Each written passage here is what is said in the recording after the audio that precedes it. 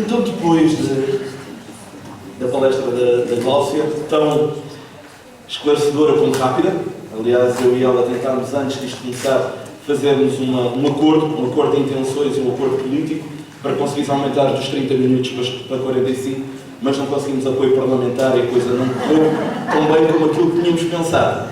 Portanto, ficámos com os 30 minutos e será com eles então que nós vamos avançar. E aqui o tema também é extenso, aliás, é uma ousadia tentar falar de percepção em 30 minutos, mas é efetivamente algo de essencial, uma vez que a percepção é a forma como nós nos ligamos ao exterior, é a forma como nós construímos a nossa lucidez, o nosso caminho para o conhecimento, efetivamente, para a verdade. E sem dúvida nenhuma que ele é, pelo menos dentro da psicologia e da filosofia, a pedra fundamental para esse mesmo conhecimento que pretendemos adquirir. Dentro da filosofia ele faz parte da teoria do conhecimento, faz parte da epistemologia, e efetivamente grandes correntes da filosofia, como nomeadamente a fenomenologia e também o existencialismo, baseiam-se essencialmente acerca da forma como nós percepcionamos o mundo, a forma como nós somos capazes de encarar e percepcionar, obviamente, todos os estímulos sensíveis e a forma como efetivamente o universo se manifesta em nós.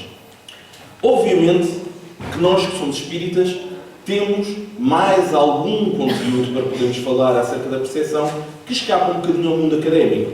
E antes de falarmos um pouquinho sobre aquilo que nos traz aqui, que é um pouquinho de fazermos a transição entre o que é a nossa capacidade de percepção sensorial e também a forma como a integramos a nível social e na forma da aprendizagem, na forma educativa, temos que, obviamente, ir ao livro dos Espíritos e, antes de mais nada, tentar perceber o que é o Espiritismo diz acerca da percepção. E encontramos, então, no livro dos Espíritos, mais precisamente, como todos sabemos, no livro 2, nomeadamente no capítulo 6, há um textozinho que começa com percepções, sensações e sofrimentos do espírito e está enquadrado entre a pergunta 237 e a pergunta 257. É isso, não é? Estou correto. Certamente que todos saberão que encontramos aí, obviamente, muito manancial para as nossas inscrições. E é-nos dito muita coisa interessante. É-nos dito de que as percepções que pertencem ao espírito, elas estão muito acima de todo o nosso campo perceptivo enquanto estamos no corpo físico, e tanto assim é que quando partimos para o mundo espiritual, guardamos todas as percepções da nossa vida corporal, além de outras então, que estavam de alguma forma amortecidas ou obnubiladas pelo corpo físico, que é, sem dúvida, um amortizador das nossas percepções. Já vamos ver porque é que é tão necessário que nós tenhamos esse filtro para a nossa própria percepção. É-nos dito também de que há uma diferença muito grande na percepção temporal entre os espíritos e os encarnados.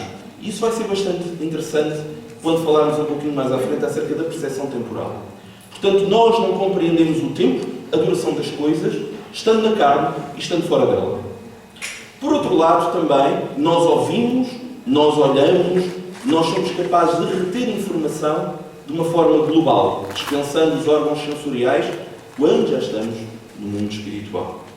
É-nos dito também que maior campo perceptivo ocorre nos espíritos mais evoluídos, capazes de lidar com mais informações, com mais estímulos. E também nos é dito que os espíritos são capazes de ver a vida atual de uma forma mais justa e mais real do que aquela que nós temos enquanto estamos ainda no corpo físico. Portanto, só por aqui já percebemos a extensão da percepção também a nível espiritual. Mas antes de lá chegarmos, temos que falar um pouquinho também pelas razões que aqui estamos. Estamos no corpo, por alguma razão estamos no corpo, por alguma razão estamos a passar por uma vivência que eminentemente se baseia em informações sensoriais e, como tal, obviamente não poderíamos deixar de colocar aqui um olho. Um olho porquê? Porque vamos ver que entre todas as informações que nós recebemos, entre todos os estímulos que nós recepcionamos, a grande maioria do mesmo surge-nos através da percepção visual e também através da percepção auditiva, mais concretamente também na forma como falamos uns com os outros e percepcionamos o diálogo uns dos outros, ou quando não percepcionamos o diálogo dos outros e quando não observamos as coisas da mesma maneira que os outros. Portanto, a percepção é de tal forma singular, é de tal forma pessoal e intransmissível, que às vezes estranhamos não o facto de vermos as coisas de maneira diferente, mas por tantas vezes vemos as coisas da mesma maneira. Porque cada percepção é um universo. Quando falamos, às vezes, de que há muitas moradas na casa do meu pai, não falamos apenas de globos, falamos também de percepções. Falamos de universos interiores. Porque, frequentemente, nós vemos as coisas de uma maneira totalmente diferente daqueles que estão ao nosso lado. E, às vezes, tentamos também passar a nossa percepção das coisas a outros indivíduos à nossa volta. E há riscos. Há riscos muito grandes a esse respeito, como vamos ver também mais à frente. Ora, como o tempo é escasso, vamos já começar com definições, antes que eu tenha que começar a correr verbalmente, como ocorre normalmente nestas situações. Portanto, esta é uma definição canónica acerca da percepção, que está precisamente no livro de Psicologia Cognitiva do Anderson, um livro obrigatório para todos aqueles que estudam Psicologia Cognitiva, onde se diz que é um processo de organização, interpretação de dados sensoriais recebidos, leiam-se sensações, que possam levar a um desenvolvimento da consciência do que nos rodeia e de nós mesmos.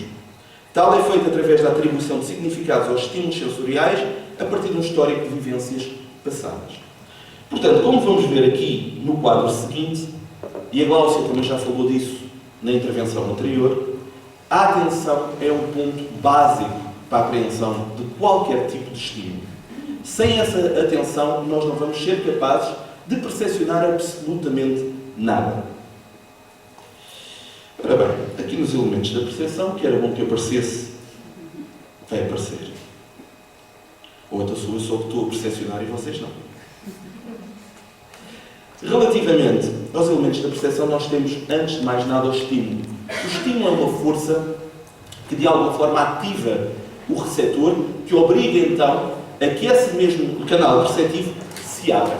O estímulo pode surgir de muitas maneiras. Os estímulos que, de alguma forma, acabam por nos influenciar de maior forma são estímulos extraordinários, são estímulos, de alguma forma, que levam a uma atenção obrigatória, seja um grande foco de luz, um som muito estridente, etc. Mas também podem ser questões de familiaridade que nos despertem, efetivamente, a nossa atenção e, consequentemente, a nossa percepção. Por exemplo, nós podemos estar aqui todos a conversar e, de repente, eu digo assim, não é Vítor. E o Vítor, mesmo que esteja a conversar, vai passar a prestar atenção àquilo que eu estou a dizer. Porque eu introduzi aqui algo afetivo. E quando nós estamos, de alguma forma, a ouvir várias conversas, e nós ouvimos várias conversas ao mesmo tempo, anteriormente, antes dos trabalhos da neuropsicologia, nós dizíamos que essa era uma atribuição quase que eminentemente feminina, só as mulheres eram capazes de dominar várias conversas ao mesmo tempo. Hoje sabemos que não é bem assim. Os homens também são capazes de o fazer, e não são menos alviteiros também. Portanto, também são capazes de meter a sua laracha em cada uma das conversas. Agora, acontece uma coisa a nível da percepção auditiva que nos obriga a seguirmos uma conversa em vez de outra. Essa é uma seleção que nós fazemos. É chamado um funil perceptivo. Ou seja, nós tomamos uma decisão interna, que ainda não está completamente esclarecida, não sabemos ainda se é pré-informação ou pós-informação, se é tardia ou precoce, mas nós sombreamos um texto verbal em relação ao outro. Portanto, a conversa está a decorrer, nós estamos a ouvir 5 ou 6 conversas ao mesmo tempo e, de repente, eu digo lá o tal Vítor. E o Vítor, mesmo esteja muito interessado noutra conversa, ele vai centrar-se na minha, em geral, falo-á, porque eu introduzi um estímulo afetivo que, obviamente, atrai a sua atenção. Ok? Portanto, os estímulos surgem de diversas formas, como já vimos. É importante também dizermos que nós temos, hoje em dia, uma categorização da percepção muito vasta. Nós temos percepção visual, auditiva, gustativa, olfativa, nós temos tátil, nós temos a própria percepção, nós temos a percepção temporal, espacial, nós temos a percepção subliminar, a percepção extrasensorial e a percepção social. Portanto, nós temos, para já, mas cerca de 10 definições relativamente à percepção. Okay? Cada uma delas com as suas idiosincrasias, com as suas especificidades, que obviamente nos trariam aqui uma tarde inteira a fazer o workshop show acerca desta dita percepção. Nós hoje vamos nos centrar um bocadinho mais na parte sensorial, obviamente, e na parte social também. Vamos hoje passar ao lado desta sensorial, que é aquela que normalmente mais atrai os espíritas, mas que hoje não será tanto o tema para a nossa conversa. Portanto, sensação, como todos sabemos, é a capacidade sensorial de interpretação, aquilo que surge no organismo e que é filtrado.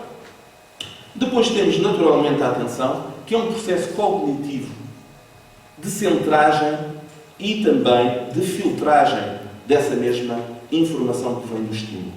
Portanto, quando nós tomamos atenção, nós estamos a centrar-nos.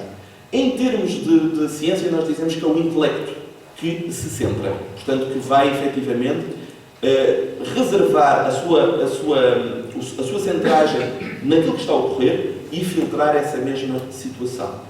Em termos espirituais, nós podemos dizer também que existe, obviamente, uma concentração, uma capacidade de concentração também do espírito relativamente ao evento que está a decorrer. E depois temos, obviamente, a memória. Nós não podemos, de forma nenhuma, percepcionar sem o historial de vivências passadas. Nós precisamos sempre de memória. Nós temos que fazer um varrimento em termos daquilo que está a ocorrer para, efetivamente, sermos capazes de ter uma percepção absoluta sobre o que ocorre. Dito de outra forma, há, de alguma forma, o mundo científico, de alguma forma, baliza-se por esta afirmação, nós não podemos percepcionar totalmente aquilo que não conhecemos. É frequente dizer-se de que quando pela primeira vez os incas observaram as naus espanholas a avançar no sentido das suas praias, não conseguiram percepcionar esses mesmos barcos, pela simples razão de que nunca os tinham visto. E como tal, houve um embaraço perceptivo, houve aquilo que nós chamamos uma ilusão, até que efetivamente eles conseguissem colocar a figura humana dentro daqueles veículos estranhíssimos que estavam a aproximar de si. Nós fazemos isso frequentemente. Não é à toa que nós temos um mecanismo perceptivo quando estamos no corpo cheio de pequenas falhas.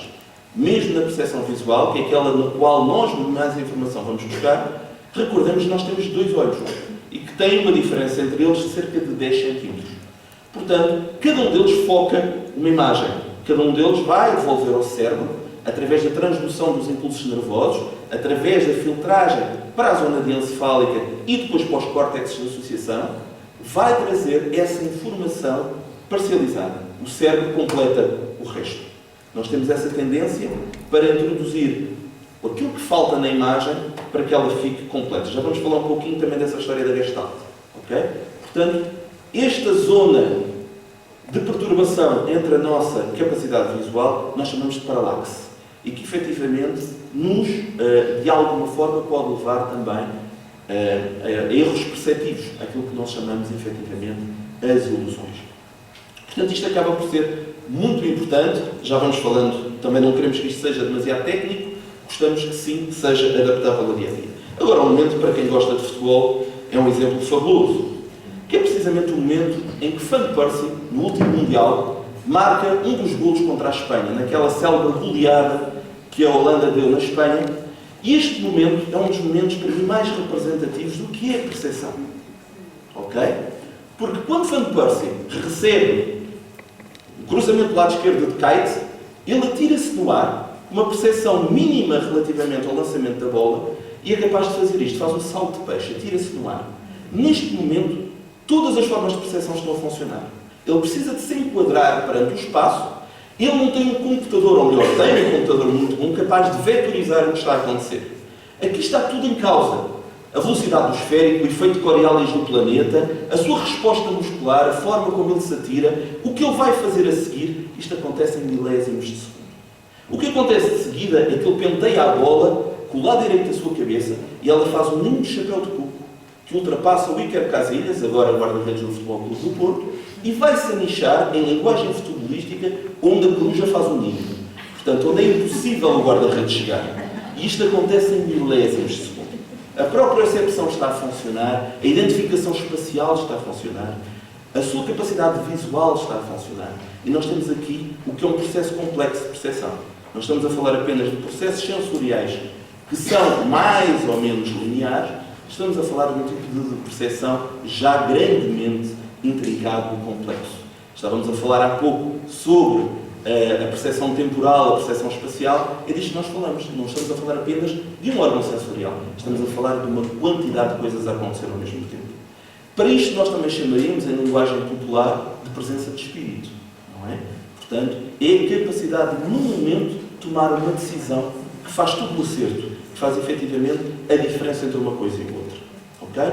Portanto, este é um exemplo belíssimo, porque imaginemos, o Van Persie podia ter feito um salto no ar, ter falhado a bola, e agora estamos a falar como um dos momentos mais ridículos do futebol. Portanto, a bola passava-lhe ao lado e ele caía no chão, como um peixe que efetivamente não foi capaz de fazer o seu salto. Relativamente a isto, e agora falemos um pouquinho acerca da importância da percepção também para a maior parte dos registros de evolução também do conhecimento humano. Por exemplo, Da Vinci baseou-se nos seus estudos de percepção visual. Newton fez a mesma coisa. Descartes um pouco.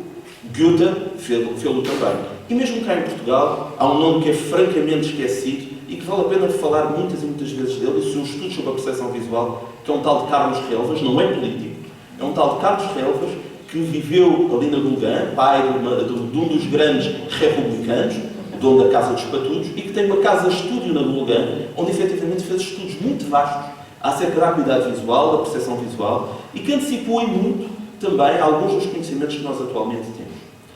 A Glaucia há bocadinho falou sobre as grandes forças em psicologia, falou sobre o comportamentalismo ou behaviorismo, sobre a psicanálise, sobre a terceira força, ou a psicologia centrada na pessoa, e falou na transpessoal. Há outras escolas também que estão ligadas à psicologia, e uma delas é a psicologia da forma, que é a Gestalt.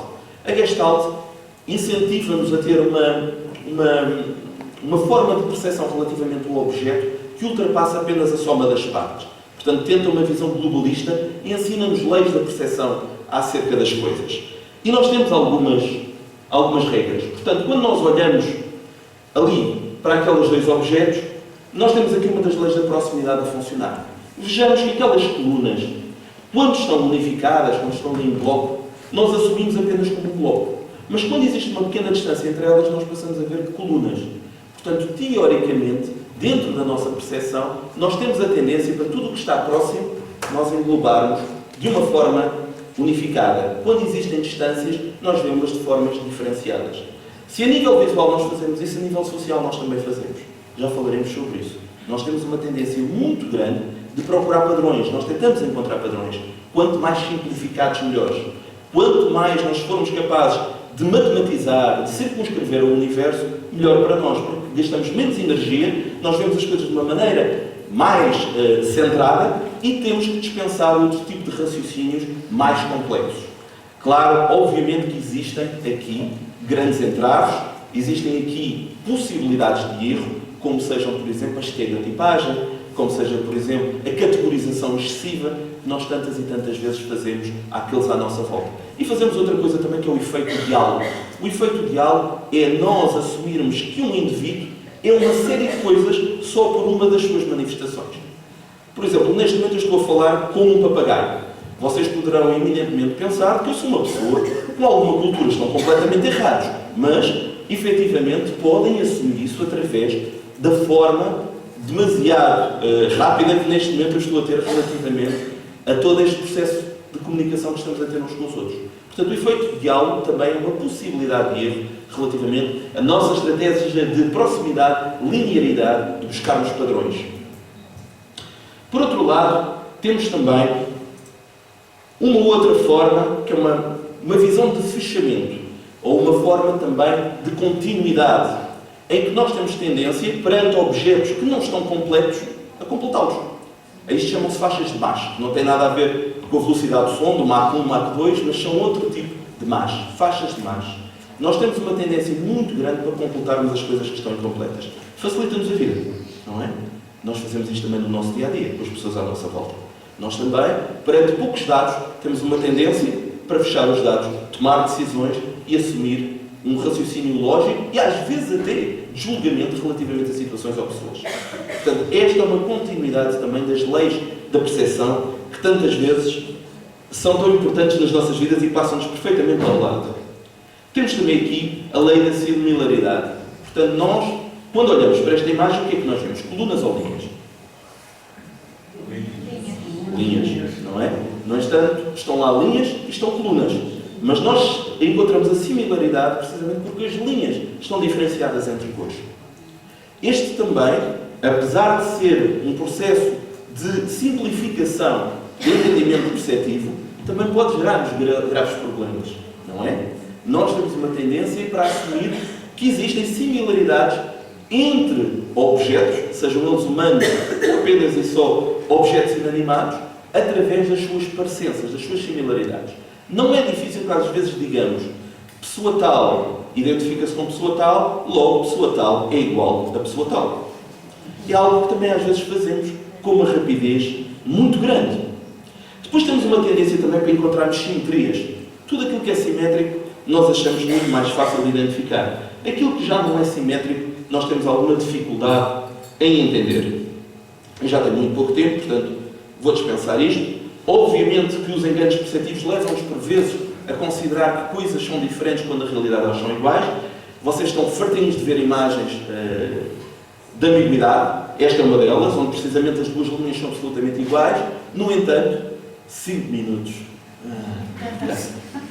Vou contar-vos então, em vez de falar sobre isto, vou contar-vos sobre como isto pode ser também, em termos sociais, veiculado.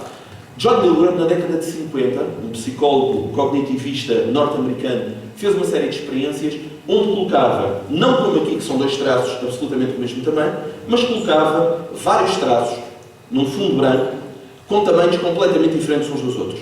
Ele tinha, nessa experiência, 4 pessoas que sabiam o que estava a acontecer e tinham aquilo que nós chamamos o pato, que é o subjeto que não sabe as regras do jogo e que está ali pura e simplesmente para ajudar-nos a percepcionar o que é que acontece com as pessoas em situações como esta. Portanto, ele colocava linhas claramente assimétricas relativamente a tamanho e pedia para que os 4 que estavam envolvidos primeiro dissessem qual delas era a maior. E eles diziam que têm o mesmo tamanho. O último indivíduo, obviamente, ficaria perplexo, porque olhava e dizia que não tem nada parecido. Mas quando lhe pediam a sua opinião em público, em 90% dos casos ele dizia o mesmo que os outros 4 diziam anteriormente.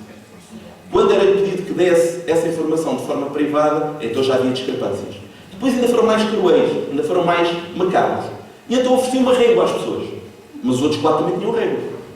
Portanto, as pessoas apareciam com a régua, mediam mais ou menos as linhas e é exatamente igual. Mais perplexo ficaria o indivíduo que não conhecia a história, que inclinava, colocava uma régua e dizia, mas isto não tem nada de semelhante. Mas pronto, uma vez mais, em público, ele dizia, sim senhor, é parecido. Ou melhor, é igual. E depois, em privado, efetivamente havia discrepância. Isto tem muito a ver também com a forma como nós nos comportamos em sociedade. Portanto, é muito fácil pensarmos todos a mesma coisa quando estamos em conjunto. Quando estamos distanciados e outros pensam de forma diferente, as coisas já são um bocadinho mais complicadas. Também já viram imagens destas, certamente, é apenas para vos dar uma ideia também de outra característica da nossa percepção. Nós temos uma tendência muito grande para distinguirmos relevos bem definidos em cima de bases pouco definidas. Se eu vos perguntasse aqui o que é que vê mais claramente, se são as caras, se é o cálice, o que é que vocês diriam? O cálice. As caras. 50-50. Ok? Se fizermos... Espera lá que eu fui rápido demais. Se fizermos assim, vamos ver a diferença. Aqui temos um fundo. Muito bem. Aqui, o que é que se torna mais evidente? O que é que mudou? O fundo. Nós temos uma tendência muito grande para assumir que o fundo é aquilo que é, de alguma forma, mais substancial na imagem e também temos uma tendência para achar que a base está no quadrante inferior da nossa visão. Portanto, tudo isto são embaraços também para novas percepções. Esta também estamos fartinhos de ver, relativamente a relevos. Também vos ia falar um pouquinho do cubismo, se eu não fosse tão loquaz nas minhas questões. O cubismo é efetivamente em si mesmo uma demonstração muito clara de como as percepções nos influenciam, mas temos aqui algo que é bem mais importante para aqueles que nos estão a observar hoje. Influências perceptivas em julgamentos e comportamentos sociais. E aqui vamos ver que há uma similaridade quase total entre os julgamentos perceptivos e aquilo que nós fazemos em termos de sociedade. Exposição seletiva e disponibilidade cognitiva. A pessoa rodeia-se de outros semelhantes. Preferimos trabalhar com aqueles que pensam da mesma maneira que nós do que os que pensam de forma diferente. Eu sei que aqui não é assim, mas lá fora é. Saliência do ponto de vista. Isto também não tem nada a ver connosco. Dar mais atenção ao que pensamos do que ao que os outros pensam. Nossa Senhora, alguma vez. A nossa experiência é para cada um de nós mais rica e vívida do que a dos outros. Atribuição causal. Acreditar que o nosso comportamento é influenciado pela situação, mas que o comportamento dos outros resulta da sua natureza. Ou seja, eu fiz disparates, pá, aconteceu. Acordei mal disposto, havia muito trânsito. Agora o outro falhou. Não. Tudo é dele. Tudo é dele. Construção da situação. Preencher o espaço em branco de situações ambíguas. Aquilo que falávamos há pouco. A maioria das situações sociais possuem alguma ambiguidade, que obriga a proceder à criação, via interpretação dessas situações, a fim de lhes conferir sentido. Portanto, a história que se vai alterando ao longo do caminho, não é? Também de alguma forma. Motivação, necessidade de validar as nossas próprias crenças. A maioria das pessoas gosta de acreditar que a sua maneira de pensar é partilhada pelos outros. Por outro lado, o nosso comportamento não é neutro, antes visando preservar a autoestima individual. Qual é que é o melhor grupo que existe? É o meu. Porquê? Porque eu faço parte dele. Ok? Portanto, nós temos uma tendência muito grande para fazer esta validação relativamente aos nossos conteúdos, relativamente aos dos outros. Vou só encerrar, muito rapidamente, o que ficou por exemplo mais importante, provavelmente, do que aquilo que eu disse. Mas apenas para vos dar também, todos vós que são educadores e são evangelizadores e que trabalham, obviamente, com um campo subjetivo demasiadamente amplo para sequer ser conjecturado de uma forma de carta fechada, há um texto que é obrigatório em psicanálise, é um texto obrigatório de leitura e de interiorização que tem tudo a ver com a subjetividade, que é um texto chamado Onde é que já se viu uma árvore roxa, que é Danilo Palance, onde, de alguma forma, é contada uma história relativamente a uma professora que, em ambiente de sala de aula, pede para as crianças desenharem uma árvore. Ela própria dá o exemplo, num quadro preto, coloca uma árvore que parece assim um pirulito e coloca lá para as outras crianças poderem utilizar. E vai ver o que as crianças efetivamente estão a desenhar. E às tantas há uma jovem que tem uma linda árvore, mas toda ela roxa. E a professora diz: desculpa lá, mas a tua árvore está errada. Não há árvores roxas. As árvores são verdes, não são roxas. Portanto, isto está errado. Onde é que já se viu uma árvore roxa? E a criança, obviamente, é importante dizer que, num sentido simbólico, a escola, a sua sala de aula está sempre com os coordenados fechados para baixo. Que também tem algum simbolismo relativamente à nossa incapacidade de vermos outras realidades. A criança fica triste, a criança desmotiva-se, a criança fala com a mãe e a mãe diz: não leves a mal, tenta explicar à tua professora que efetivamente tu já viste árvores roxas. Ela diz: não vale a pena, porque se ela nunca viu uma árvore roxa, ela não vai entender o que eu lhe vou dizer. Vejam a beleza e a simbologia de tudo isto. No dia seguinte, a professora, em vez de deixar as coisas fechadas, decide abrir as cortinas que fechavam a sua sala de aula. E lá fora está um lindo jacarandá, completamente roxo, lindíssimo. Só que nunca viu um jacarandá, um ipê roxo, é que tem dúvidas relativamente à beleza de uma árvore roxa. Ela estava ali à sua frente, mas ela tinha as cortinas vedadas. Portanto, nunca consideremos que a nossa realidade é única e absoluta. A realidade dos outros é tão importante como a nossa. Não roubemos a percepção dos outros, porque provavelmente eles têm muita coisa para nos ensinar, para nos transportar, na certeza de, como disse Chico Xavier, a verdade é como um espelho que um dia, ao bater na terra, dividiu-se em milhões de pedaços e cada um de nós ficou com um bocadinho dele. Um maior, um mais pequeno, um que dá uma visão maior sobre a lucidez e a verdade, outro que dá uma visão mais pequena. Mas todos eles fazem parte da nossa percepção. Ok, já vos mancei o suficiente. Um bom dia, muito obrigado pela vossa atenção.